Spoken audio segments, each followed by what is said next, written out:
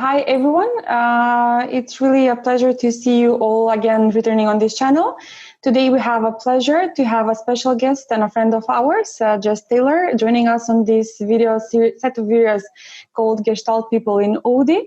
Hope you're going to like this interview. And before I introduce Jess to you, I'm just going to welcome Angelica and Jess on this call. Hope the two of you are doing great in this sunny, at Skopje at least, afternoon. It's sunny here as well. So welcome both, welcome Jess. Jess Taylor, you have MSc in Organizational Development, and you also have acquired the Advanced Certificate in Systemic Coaching and Constellations, currently serving as a director at Equality Academy. You bring to the Equality Academy distinctive expertise in organizational development, a keen interest in the psychology, leadership, and practice of systemic change, and 15 years experience of developing, delivering, and managing a range of consultancy interventions at an operational and strategic level. These interventions include plenty of things, among which multi-agency domestic violence and counselling services, volunteering systems, staff supervision and coaching, leadership programs, and cross-sector partnership projects. You have a particular interest in health, housing, higher education, the criminal justice system, and multi-agency community-based services. You have helped a wide variety of organizations implement transformational change programs, developing strong governance and change frameworks in support of these processes. With a passion for partnership, diversity, and social justice, you utilize a range of systemic tools to ensure quality, value, and sustainability of service provision in context involving highly complex processes and conversations. This is just a brief summary of your background. Feel free to add something if you do feel that people should know about you. I hope I have introduced you properly. Yes, Frosina, thank you so much for taking the time to introduce me in that way. I think that what I would like to add by way of also a wonderful recommendation is that about a year ago now, I completed a postgraduate certificate in supervision, a relational process with an organization called Relational Change, using a particular Gestalt-based model, which was a wonderful learning for me, and I now use in my work in relation to equality, diversity, and whole system change. Thank you for adding this, because I think it's really valuable, especially if we look at your biography and it adds up to all the different roles that you are currently holding. And on that note, from your biography, we could see your extensive experience in diversity, equality, and inclusion, something that me and Angelica have had the privilege to witness of how you're doing stuff. You completed your MSc in Organizational Development, a Gestalt perspective 4 years ago. So just a question, what drove you to Gestalt in the first place, having in mind all the different aspects that you have had in your background? So I think what initially drew me to Gestalt as a practice, if you like, a theory and a practice, a psychological practice, is that it holds dialogue in relationship as core principles. Self is not isolated from the environment. It belongs to both the environment and to us. So I really liked how Gestalt framed the individual always in the context of the wider social, economic, political, spiritual, ecological environment that we all exist in. So in that case, we're both unique and fundamentally interconnected with one another and the world. And that really appealed to me. And it's something that I believe very deeply, particularly in my previous work in relation to the field of violence against women and children. In order to do that work, we have to understand the wider field in which that kind of violence takes place. We can't just look at women and children and men as individuals. We have to see the wider system. So I thought, Gestalt, this has something to offer me. One other thing I'd like to add is that the concept of use of self as instrument, and presence were also notions that I was very interested in exploring further and deepening my practice around. And I thought, well, these all come together so well and are so relevant to the field of equality, diversity, and inclusion. I'd like to see how the two weave together, and I'd like to deepen my understanding of Gestalt in this context and see how I might use it. So that's just some musings, and I'll pause there to see if there's anything you'd like to ask me about any of that. I'm fascinated by how seemingly you come from a branch which is not really represented in the Gestalt field. I mean, we will have another colleague from Norway who works with diversity, but all in all, there are not a lot of people working with diversity, and we saw it on the Gestalt conference in Budapest last year, and how it perfectly fits the Gestalt methodology with this way of working with systems.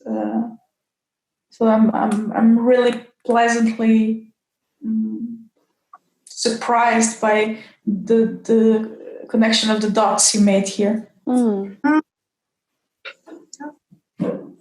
Thanks, Angelica. Yeah, I really see these connections clearly. When we talk perhaps a bit more about Gestalt and some of the concepts of Gestalt, I think they're just so fundamentally relevant to how we might work with and understand things like structural inequality, systemic racism. We can use Gestalt and some of the Gestalt principles to really work with this and deepen our understanding and disrupt some of those systems of inequality. So I see so many useful overlaps where these concepts can be used together. I'm particularly keen that we understand use of self in the context of equality, diversity, and inclusion, and in the context of power and privilege. And I think that if we're really looking at use of self, both in terms of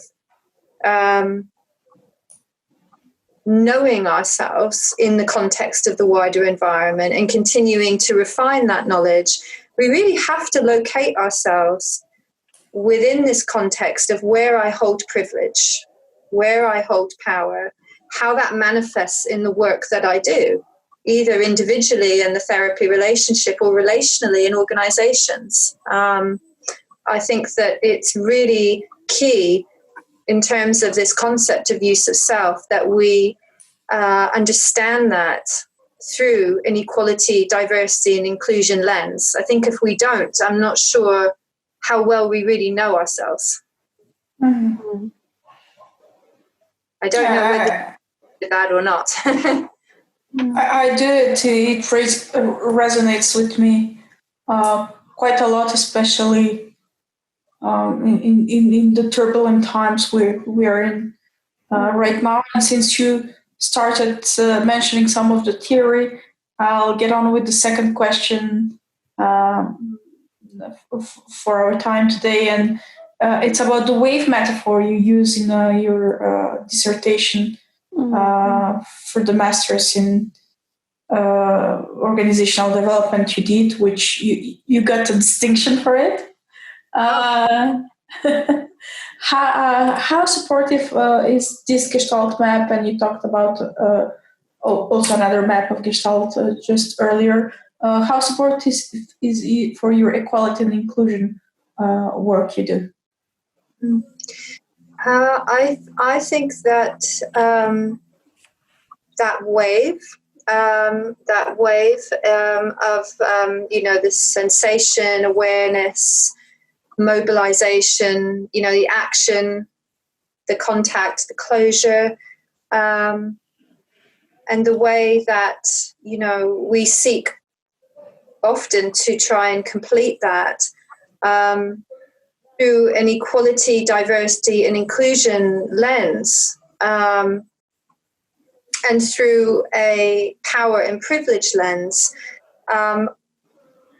we can really use that to see things like where contact is interrupted, and where we might end up often out of awareness with quite stuck conditions, with unfinished business. I'll take this into an organizational context, where, for example, if an organization is continually hiring white men, for example, to lead the organization, and is also saying we don't understand why this keeps happening, and yet it keeps happening. I think using the wave as a tool, as a map to see where things like projection, introjection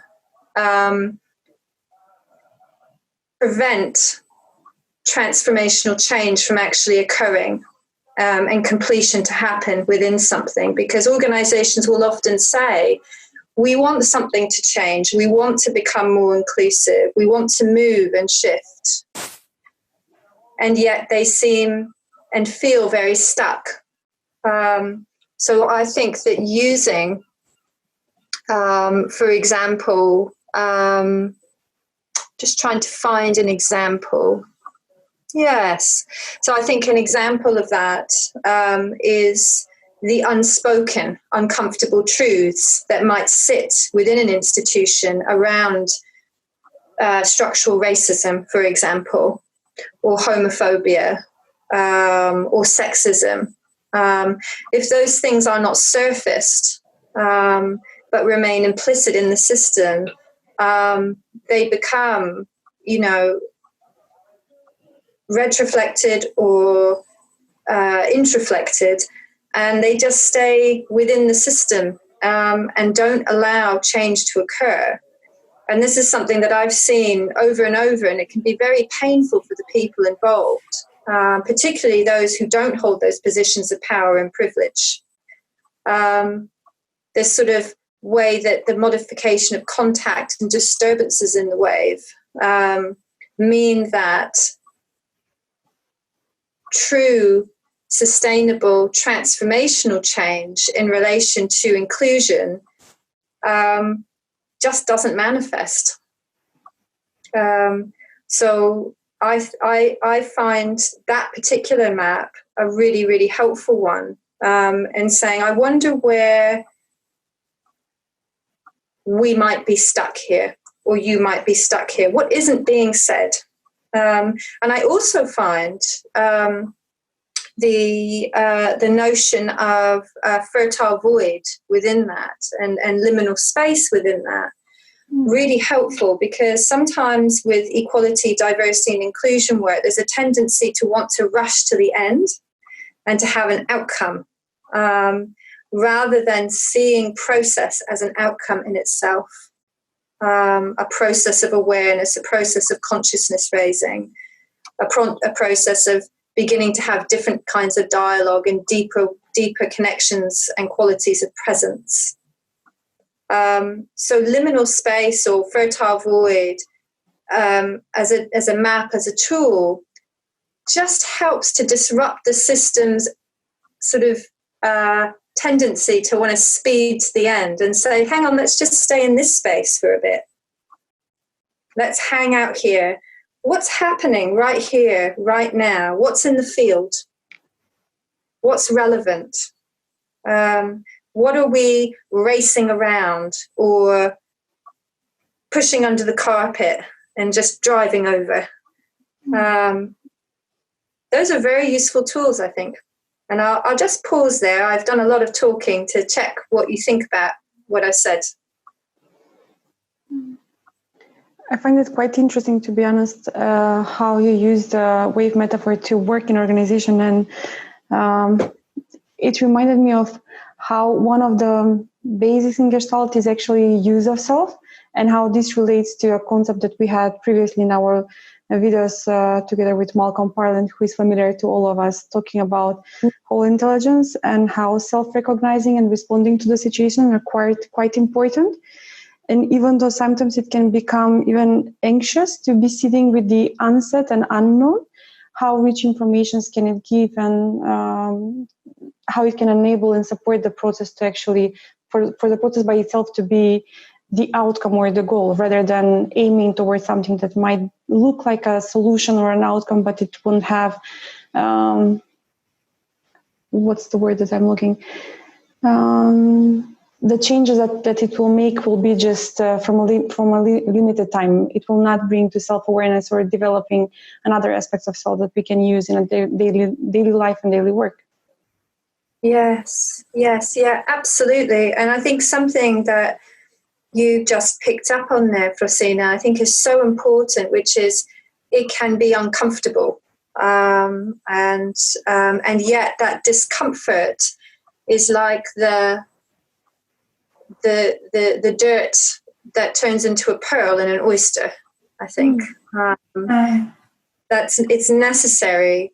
We can actually see, or we can invite ourselves and one another to see discomfort as a healthy and necessary function of being able to shift and move and generate movement, because it's about building resilience. And resilience is really fundamental to doing work around equality, diversity, and inclusion, and it's fundamental to use of self. So as a white woman, it's crucial that I am reflecting on and deepening my sense of what does it mean for me to be a white woman in this world? What does it afford me? What are the privileges and advantages it affords me? And how can I be responsible with those? And where are my edges of discomfort where I feel like denying or defending? How can I work with those edges of discomfort to be a more effective and inclusive practitioner who acknowledges where I hold power and where I hold privilege? So it really, really resonated with me, what you said, Rosina. Thank you for adding up on this, just because as you were talking, you're inviting me to think about a lot of things that sometimes get away when working in organizations, like the discomfort, shame around what are my beliefs and what are my values in my value system, how I was raised, what were the topics that I have encountered throughout life, how comfortable am I talking about what's there and it's not being acknowledged, etc. And I'm going to use this to just connect it with the next question that we have in a line for you. If you could tell us something about more about intersectionality, and what kind of experiments do you use in groups to explore it? Because it's working with groups is essential, I guess, for OD work, and also it does create the safe space to work on these topics about equality and diversity and inclusion. So, what type of experiments do you use, and how relevant do you find them in your everyday work? So I start off by just saying a little bit about intersectionality, and for clarity and for the listener, I've made a few notes to explain clearly. Intersectionality is both a theory and a practice, and I think that's really important to recognize. It is not just an academic exercise, and actually the richness from the theory manifests in the practice, I think, in really, really important ways. The reason that I emphasize that is that for some, intersectionality can be experienced as a bit intellectual, what is this? But actually, there is a very practical way that we can understand and use intersectionality to, really further social and economic, social justice agendas. And to acknowledge that we have multiple and layered identities. We're not a single story. We're not a single story, to coin a phrase from Chimamanda Adichie, who has a wonderful YouTube clip, has written many books. And her clip is called The Danger of a Single Story. So we're not a single story. We have so many overlapping identities around our race, our ethnicity, our sexual orientation, our gender identities, our social, economic, and class background, whether we have a disability or not. And those are just some of our identities. We may also be parents, carers. We may belong to particular clubs, or live in particular areas, or love particular things. So we're very, very complex entities. And sometimes there is a tendency to homogenize, to simplify, to create a single story about individuals, particularly individuals who may not occupy positions of power, who may be seen as other. And I think that's why the practice of intersectionality is so important, because it says and it demands that we do not reduce people down to a single thing. And I think, it helps us to also understand how oppression relates to create these different webs of multiple and overlapping inequalities, sort of intersections, as Kimberly Crenshaw, who coined the term, would say, and how they act as a way of creating many different kinds of oppression at the same time, depending on the context that you're in. I'll give an example for myself very briefly. So I mentioned I am a white woman. That's one identity that I hold. And so there are many contexts, most contexts, where my white skin and my whiteness afford me positions of privilege. I don't have to do anything. I don't have to say anything. I may deny it, and yet I hold that. I'm also a woman. In a different context, me being a woman doesn't afford me a privilege. I have found myself in positions of oppression, of being on the outside because of my gender identity. I also have hidden disabilities. So in other contexts, I also occupy a position of having less power. And so I just think it's really important when we think about intersectionality, that we're saying it's not one or the other, it's and in both. And that helps us to see people both as individuals, but also in relationship to the wider world in which we're part. And I'm also joining the dots between intersectionality and Gestalt, of course. We can both see that these things are deeply relational. So I could say more. You could probably tell I feel quite passionate about the practice of intersectionality. I just think it's a wonderful tool. But I also want to just reference the kinds of experiments. So kinds of experiments that you can use.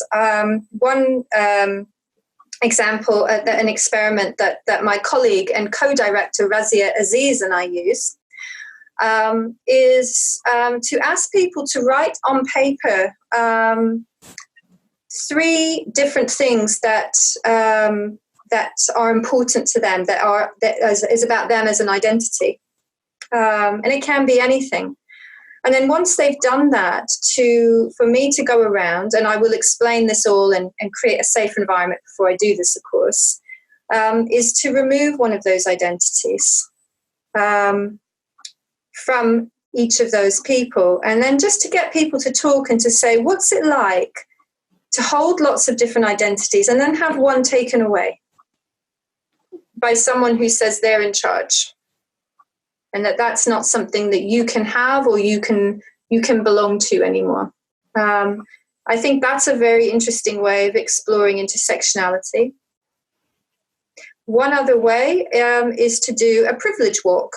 And a privilege walk is a very simple way of exploring our different identities, getting everybody to line up in a straight line, and then asking specific questions about our background. Take one step forward if you identify as a man. Take one step forward if you had a university education. Take one step back if you've ever been homeless.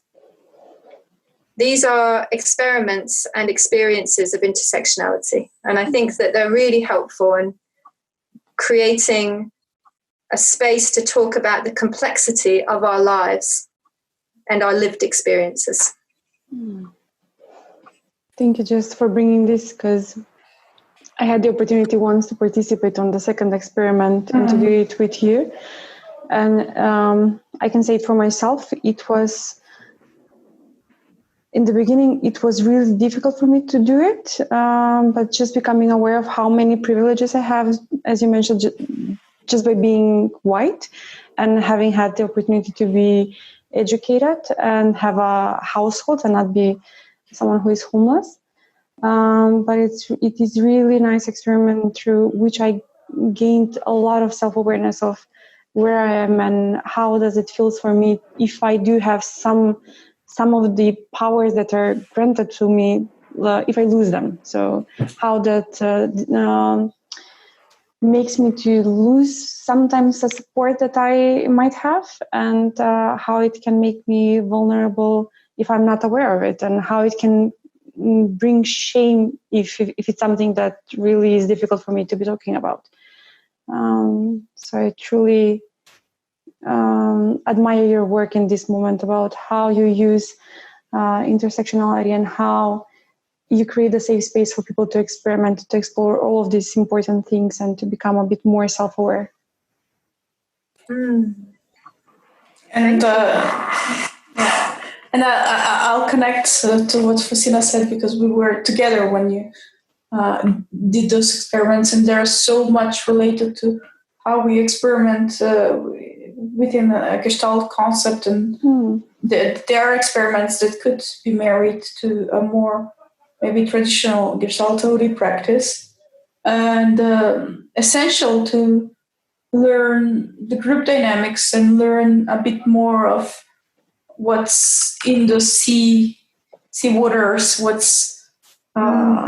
kind of currents are present in a group or organization when talking with or power privilege. And I'll just, before we go on to the next question, what was interesting for me was how adaptable you were together with your co-facilitator at the time, MK, to adapt all that to the local culture, because the questions that were relevant for the UK were certainly not relevant in Skopje.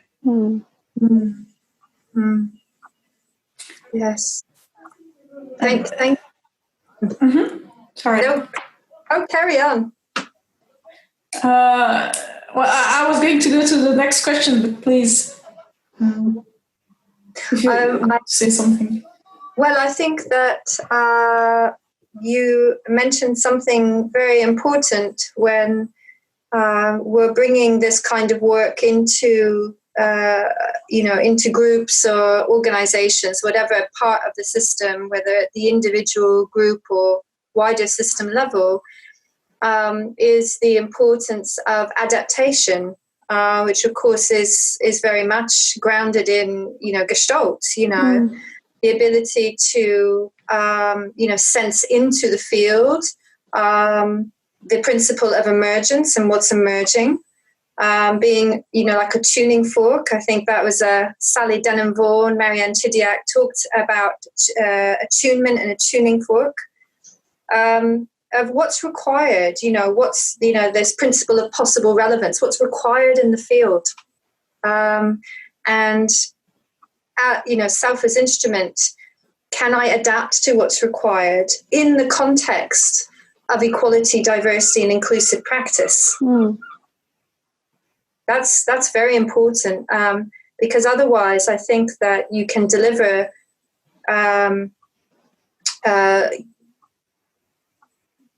experiments and programs of work that have a relevance and a value in one context and really miss something fundamental in another by not doing that.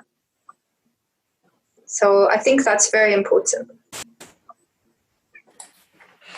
Yeah, and of course, the Gestalt approach has so much to give to us for the use of self as instrument and for tuning in to what's needed in the group. Which brings me to the next question, and it's very much related to how you start. At least all the groups I've been to, I don't know if it's all the groups you lead, but you start with a grounding exercise, which of course draws its roots from Buddhism and mediation practice, but also sits in the Gestalt practice for grounding exercise. So how important it is when talking about equality and inclusion? So I think that it is a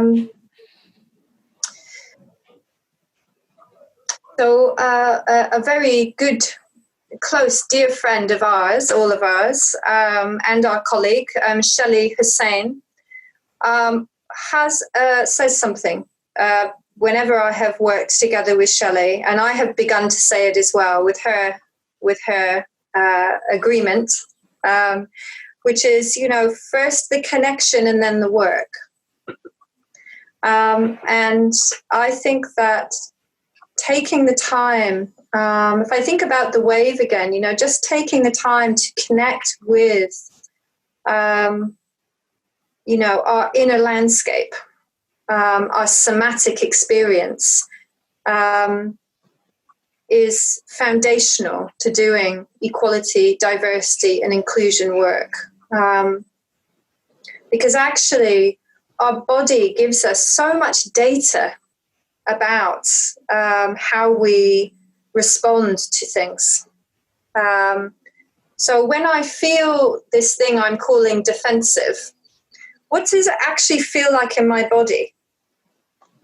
How well do I know my body sensations and what they might be shining a light on? How can I use them supportively to further this work?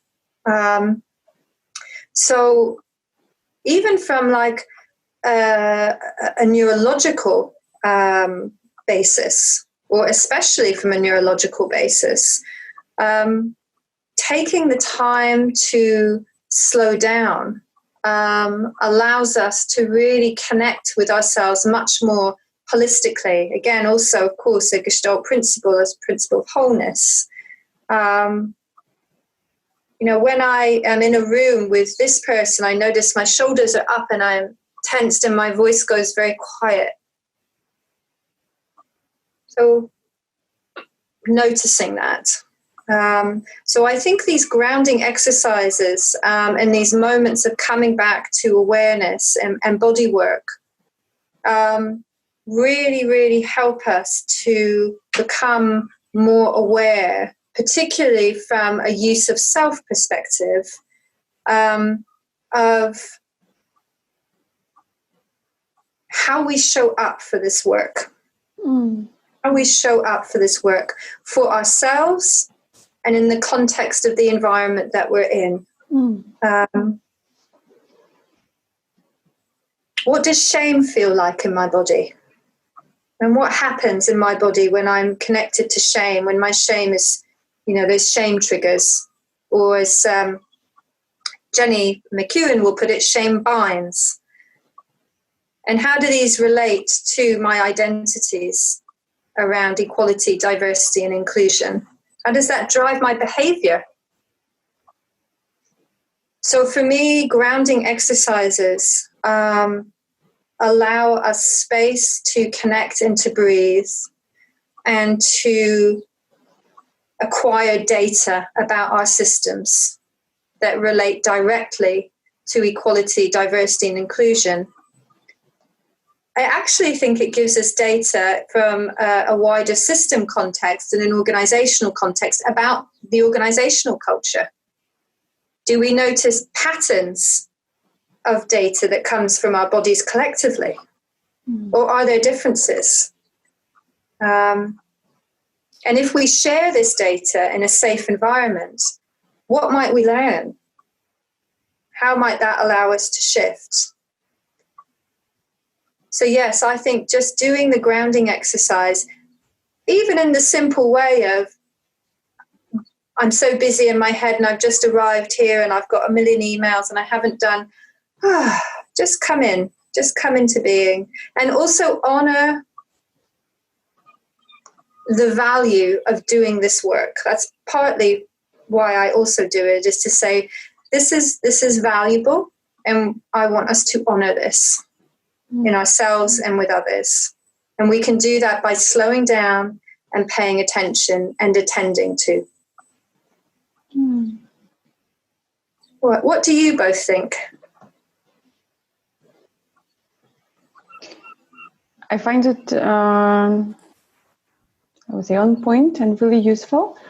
And as you were talking, it brought me into thinking about what you said previously about resilience, and how actually these small exercises in the beginning to open up and to create this safe space and to just take a moment to ground ourselves can also lead to us becoming a bit more resilient and more comfortable with topics that are sometimes challenging to be discussed, and being aware of what you said, how my body feels and how do I respond on a particular topic or a sensation that I have, or how do I present myself and how do I arrive on a meeting with someone who is perceived by myself as authority and I feel ashamed. What does this mean to me? How can I support myself? Is really relevant, at least for me. And I would take the risk to say that it's one of the, for me, most crucial aspects in Gestalt, learning how to ground and how to be present, and learning how to recognize myself in order to be better able to use myself as an instrument, because that's the key aspect, using ourselves as instruments while we are working. And that can be sometimes quite demanding and challenging and exhausting work at the end of the day. So this self-regulating process is really something that can help.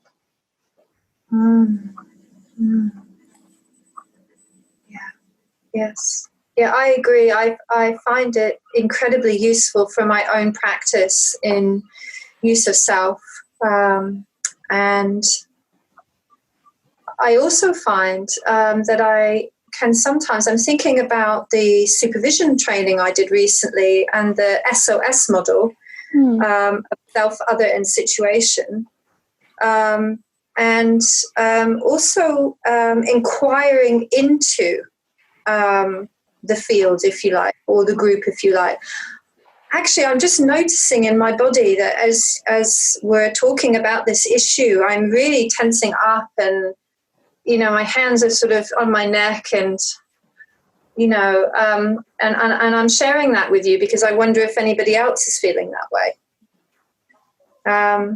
But we can only share that if we're tuned into our bodies, and have that availability to be relational in that way with others.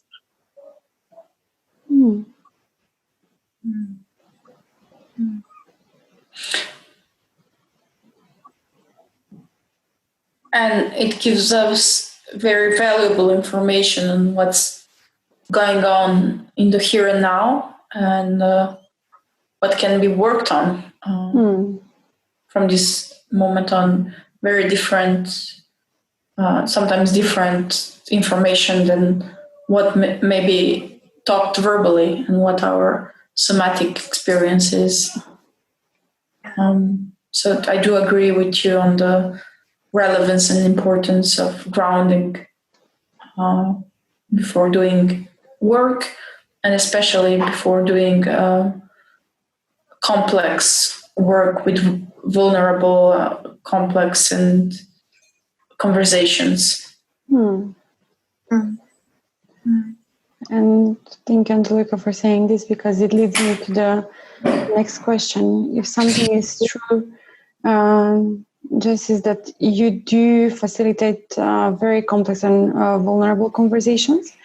You have already shared some of your insights and how you use Gestalt, but I'm just curious if you can tell us a bit more, how useful do you find Gestalt approach to support yourself as instrument?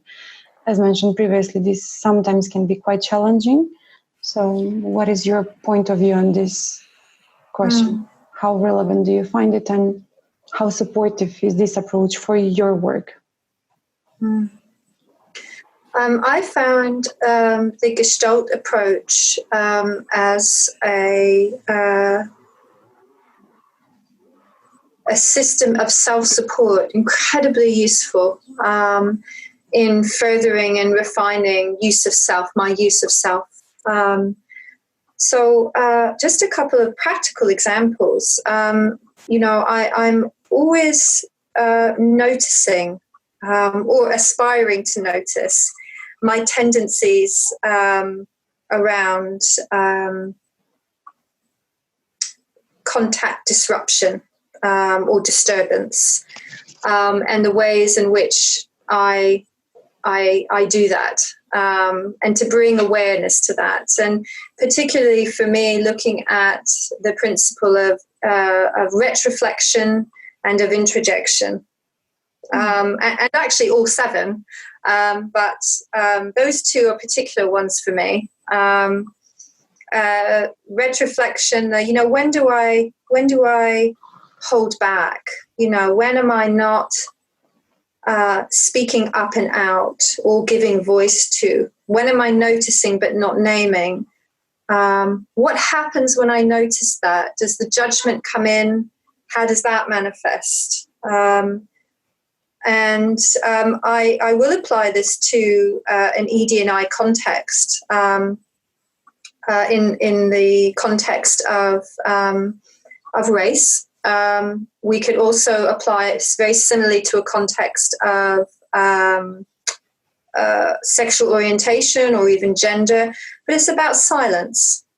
So, for example, as a white woman, I have noticed that there have been times when I have retroflected something that I wished I had spoken aloud to challenge something, to challenge a stereotype, to challenge language that I was uncomfortable with. And as painful as it is to notice this and to come into contact with the shame that can manifest from that, the Gestalt approach is so helpful in building awareness around, oh, I see, that's what happened. So what different steps might I take next time? And what support do I need in my system to help me to do that and be more effective and inclusive as a facilitator, an intervener, a leader? And And that to me is all about building and refining use of self. Just, little weaving together more and more and more. But in order to do that, I'd be interested to hear from you both about where you see this fitting in Gestalt. I've written about and thought a lot about and talked a lot about courageous compassion and use of self with courageous compassion. So there needs to be courage. We need to dare to address uncomfortable truths, to surface them. If that is done with no compassion, I think that it's much, much harder to create any kind of transformational change. And I know for myself, I can only develop myself when I have compassion for the mistakes that I make and the ways in which I have been silent or I have not been authentic in myself. Because that compassion allows me to build my muscle for next time, to be more courageous. So use of self with courageous compassion. And the Gestalt approach is so central to my practice. What about you both? I can totally relate to the concept of courageous compassion, and I think it has a lot to do about self-care, as well, and it's such a useful maybe tension to have both compassion and courage, but it's a useful concept when using self as instrument, but also have compassion for others, although we might not agree with them, which fits really beautifully in the relational work we're doing. Justina? Everything that you said resonates with me, and I do see it as a way of self-care rather than self-blame, and place to learn quite a bit for yourself. And as Angelica said, it sits with the relational way of how we are working. And in organizations, what can happen is we do have a lot of people which are quite diverse on many levels, and having an understanding for their point of view and how they vision the world for themselves, for me, is the first point. Understanding and having compassion of how they stand and how they perceive things that might be different than how I perceive them. And from there, I can have compassion for myself and be a bit more courageous when it comes to challenging those assumptions or beliefs, but in a respectful way and in a way that it will not hurt them with intention, but it will create a safe space to explore them and to see new perspectives. Yes, absolutely. And it really reminds me of a model that Razia and I use, which is an iceberg model, which you remember. But really what it says is, when we, in this sort of developing use of self, if we look below the iceberg, below the surface, what do we know about how our earlier experiences have maybe created somewhat of a fixed gestalt, for example? How have they shaped our values, our attitudes, our behaviors? And what does this look like above the surface to ourselves and to others? And to understand, as you say, Francina, that every one of us has our below the iceberg. We all have it. And so we can understand that about one another and then be courageous in having conversations which relate to power and privilege and inequality in service of a better world, really, for everybody.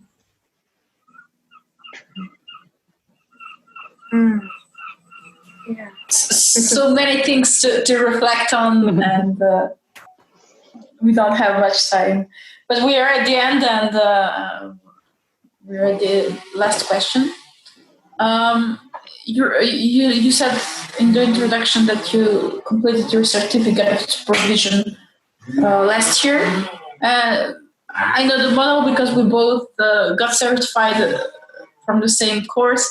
So your supervision practice sits majorly in the Gestalt methodology. Please say if you disagree with that. And how do you use that Gestalt methodology with supervisees that do not necessarily know something about Gestalt, which come from the equality and inclusion sector? How do they respond to it? One of the things that I think is really wonderful about Gestalt is that it can be used in a very simple and practical way. And I think that, for example, grounding, which is something I do with all my supervisees, is that we have an initial just 3 minutes of grounding, of coming into the body. And then from that, we co-create the supervision agenda. And for me, that's a fundamental practice of Gestalt, of body work, of the principle of here and now.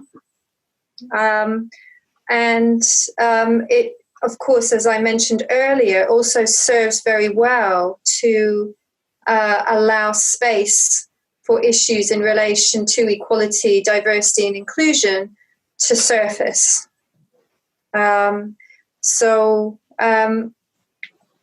The way that I describe that is to just use very simple terms, like we'll sit and be still together for a few moments. The purpose of this is to find out a bit about what's happening inside us right now, to notice things that we might usually be too busy to notice. So there's a very just simple example of how we can use Gestalt to begin to co-create a supervision agenda, if you like, based on the principle of emergence. And I think what the SOS model also brings is that self-othering situation.